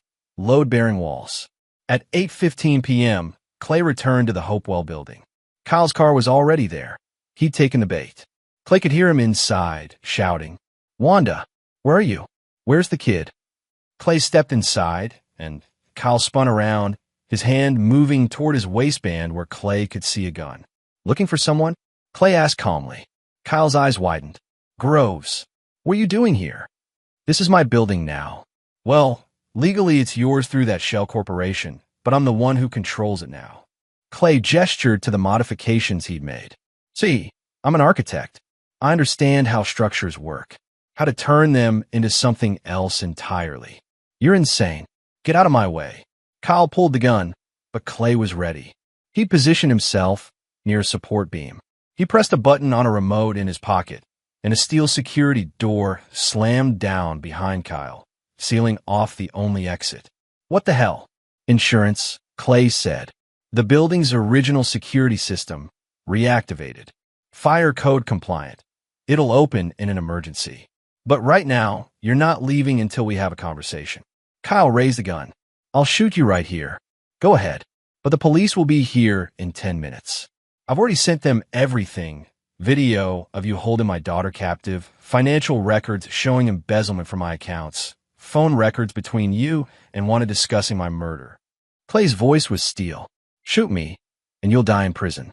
Or we can talk, and maybe you can make a deal." Kyle's hand trembled. "You don't know what you're dealing with." "I know exactly what I'm dealing with. You and Wanda killed my wife 4 years ago. You kidnapped my daughter. You've been draining my accounts, living in my house, planning to kill me tonight and make it look like a robbery." Clay's calm facade cracked slightly. "What I want to know is why. Why Emma? Why us?" Kyle laughed bitterly. "You want the truth? Fine. Wanda's been obsessed with you for years. She met you at that family reunion, 7 years ago? Talked about you constantly. When she found out about your wife's inheritance, the insurance policies, your business, it was too good to pass up. So you murdered her. Wanda did. Orchestrated the whole thing. The drunk driver? That was one of my guys, already dying of cancer. Paid his family 50 grand to do it. The car accident was real, but Emma was already dead when it happened. Wanda had poisoned her coffee that morning, made it look like she just passed out from impact." Clay's hands clenched into fists, but he kept his distance. "And Audrey, she saw too much. Was in the car when Emma drank the coffee. Saw Wanda do something to her. We couldn't risk her talking, so we kept her. Wanda got the plastic surgery, studied Emma's life from journals and photos. Took her 6 months to perfect it." Kyle's expression turned ugly.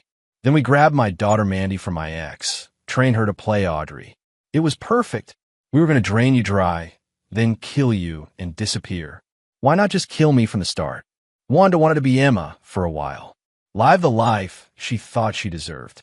Plus, we needed time to access all your accounts, transfer assets without raising flags. You're worth more than we thought. Almost $8 million in total assets, properties, business equity.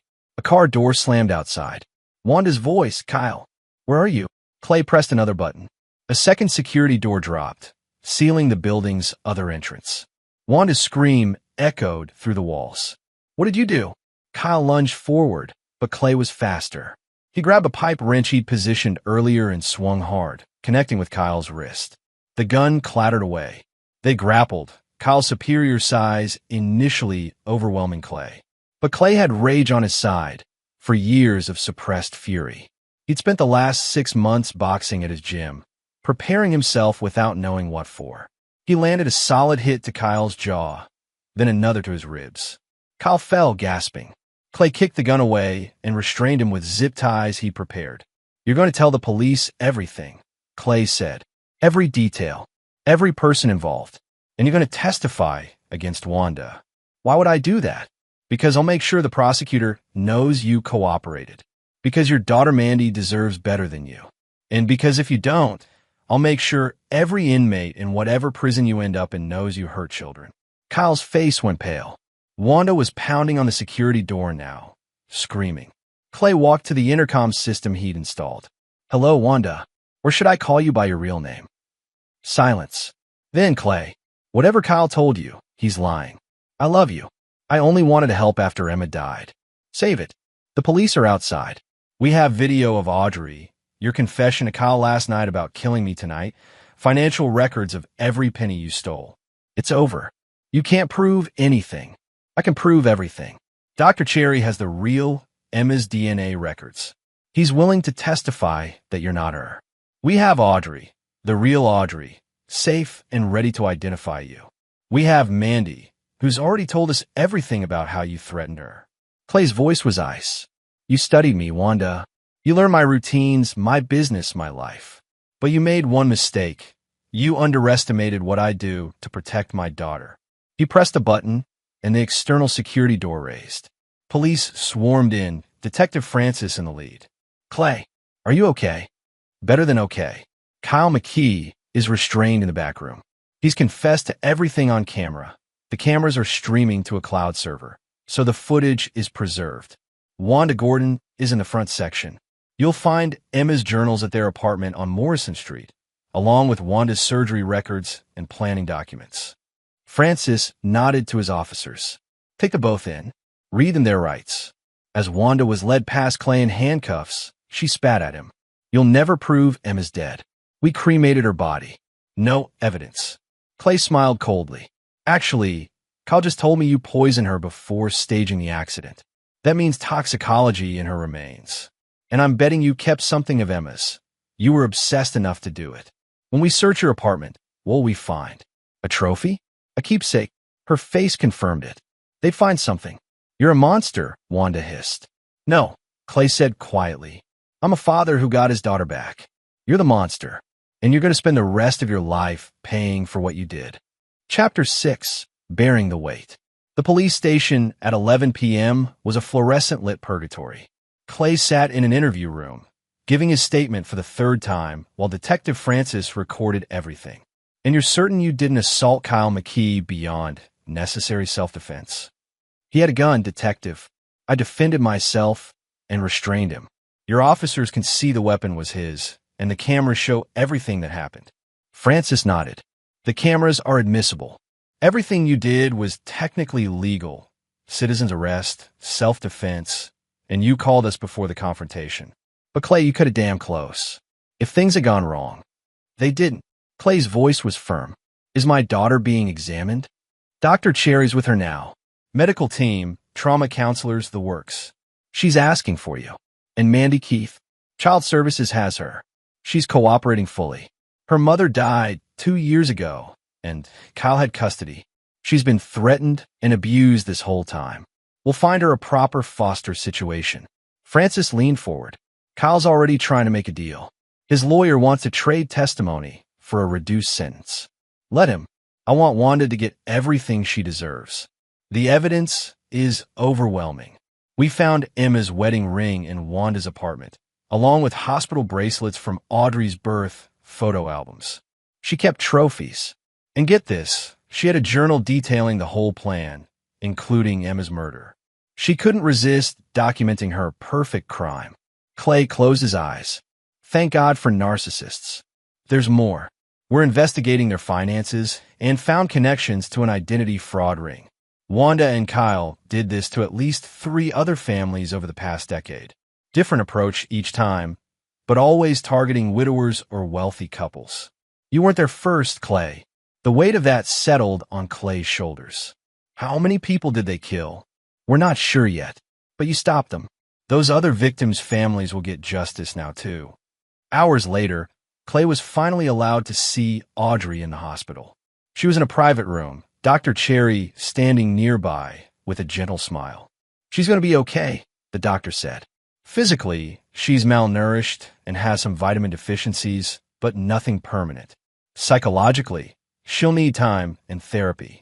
But she's strong, like her father. Audrey was awake, her eyes bright despite the exhaustion. Daddy, Clay rushed to her side, pulling her into a careful hug. She was so thin, so fragile. I'm so sorry, Firefly. I'm so sorry I didn't find you sooner. You found me. That's what matters. She pulled back, searching his face. Is Mommy really gone? Clay's heart broke. Yes, baby. She's really gone. But she loved you so much. Everything she did was to protect you and make you happy. Tears streamed down Audrey's face. I miss her. I miss her too. They held each other, grieving properly for the first time in 4 years. Chapter 7. Demolition. The trial began 6 months later. Clay sat in the courtroom gallery, Audrey beside him. She'd insisted on attending, wanting to see justice served. She was healthier now, putting on weight, laughing again. But the shadows in her eyes remained. The prosecution's case was devastating. They presented video evidence of Audrey's captivity. Dr. Cherry's testimony about Emma's DNA records proving Wanda was an imposter. Mandy Keith's tearful testimony about being forced to impersonate Audrey. Kyle McKee's confession. He'd taken a plea deal for life with possibility of parole after 30 years in exchange for full cooperation. Financial records showing systematic theft of $3.2 million. Wanda's journal detailing the murder plot. Toxicology reports from Emma's cremated remains showing lethal doses of thallium poisoning. The defense tried to argue that Wanda had been manipulated by Kyle, that she was a victim too. But the journal entries destroyed that narrative. They showed calculated planning, excitement about becoming Emma, and detailed fantasies about the life she'd steal. On the 4th day, Clay took the stand. The prosecutor, a sharp woman named Eleanor Holden, walked him through his testimony. Mr. Groves, when did you first suspect something was wrong? For years of small things. But I blamed myself, thought I was imagining problems because of grief. It wasn't until Dr. Cherry's warning that I allowed myself to consider the truth. And what did you do when you discovered your daughter's location? I planned carefully. I knew if I went to the police immediately, Kyle might disappear and we'd never recover all the stolen money or find the other victims. I needed a full confession. Some might say you took the law into your own hands. I acted within the law. I documented everything, called the police before the confrontation, and ensured everyone's safety.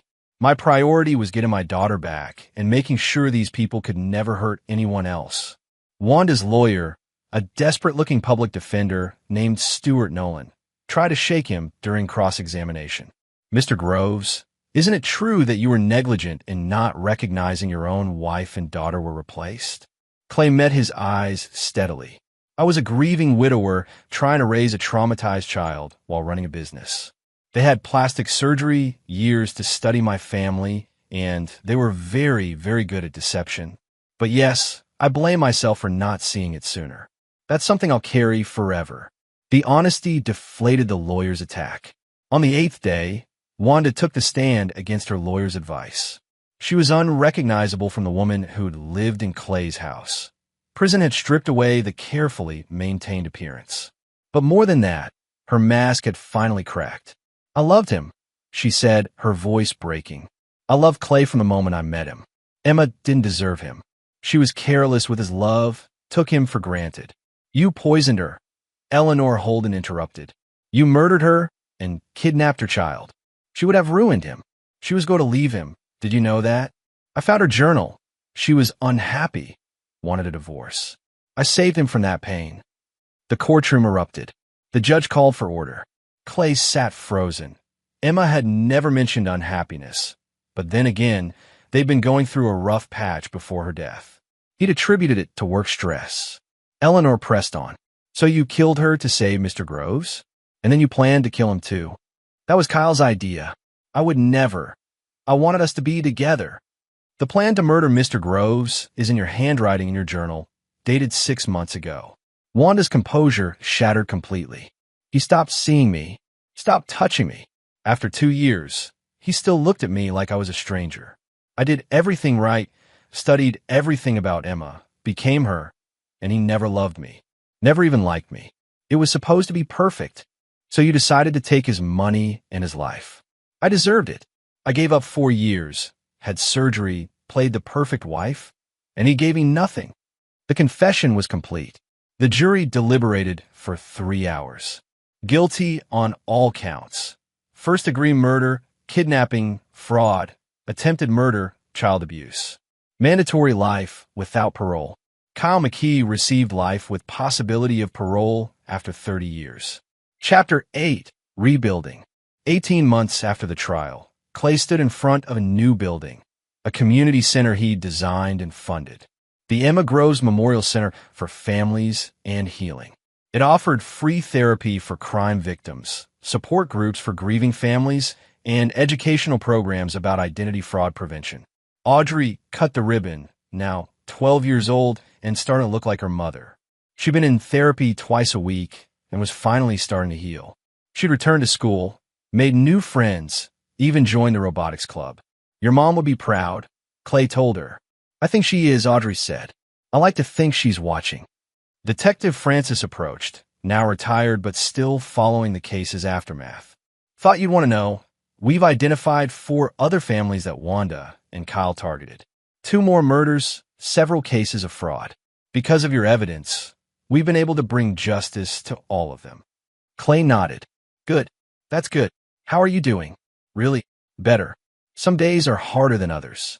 But I got my daughter back, and that's everything. He paused. I've been thinking about Emma a lot. About whether she really was unhappy, whether I missed signs. Don't torture yourself. Wanda was a liar. That journal entry she mentioned?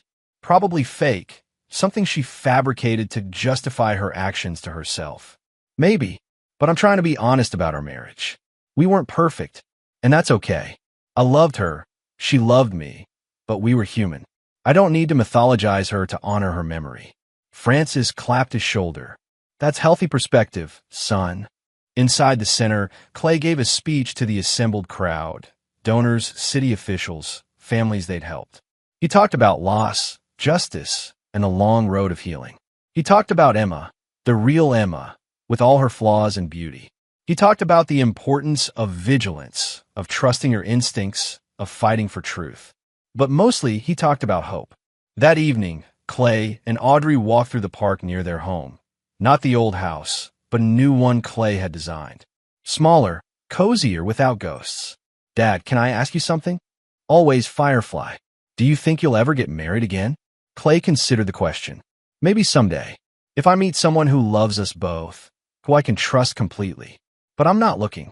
We're good, just the 2 of us. Audrey smiled. Yeah, we are. They walked in comfortable silence, the setting sun painting the sky orange and gold. Chapter 9. New Foundations. 3 years after the trial, Clay Groves stood in his architecture firm's conference room, presenting a design to a new client. Life had found its rhythm again. Work, parenting, occasional dates that never went anywhere. He was content with that. Audrey, now 15, had started volunteering at the Emma Groves Memorial Center, helping younger kids who'd experienced trauma. She wanted to be a therapist someday, to help others heal the way she'd been helped. Mandy Keith, Kyle's daughter, had been adopted by a loving family and stayed in touch with Audrey. They'd formed a bond, 2 survivors of the same nightmare. Mandy was thriving in school, no longer the frightened child she'd been. The legal aftermath continued. Wanda had filed appeal after appeal, all denied. She'd be in prison for life. Kyle had been denied parole at his first hearing. The board found him to be a continuing danger. He'd serve at least another 20 years before they'd consider it again. The stolen money had been recovered and returned to Clay and the other victims' families. Clay had donated most of his portion to victim advocacy groups and the Memorial Center. One Saturday morning, Clay was working in his home office when Audrey appeared in the doorway. Dad, I've been thinking about something. What's up? I want to write about what happened. Not for publication or anything.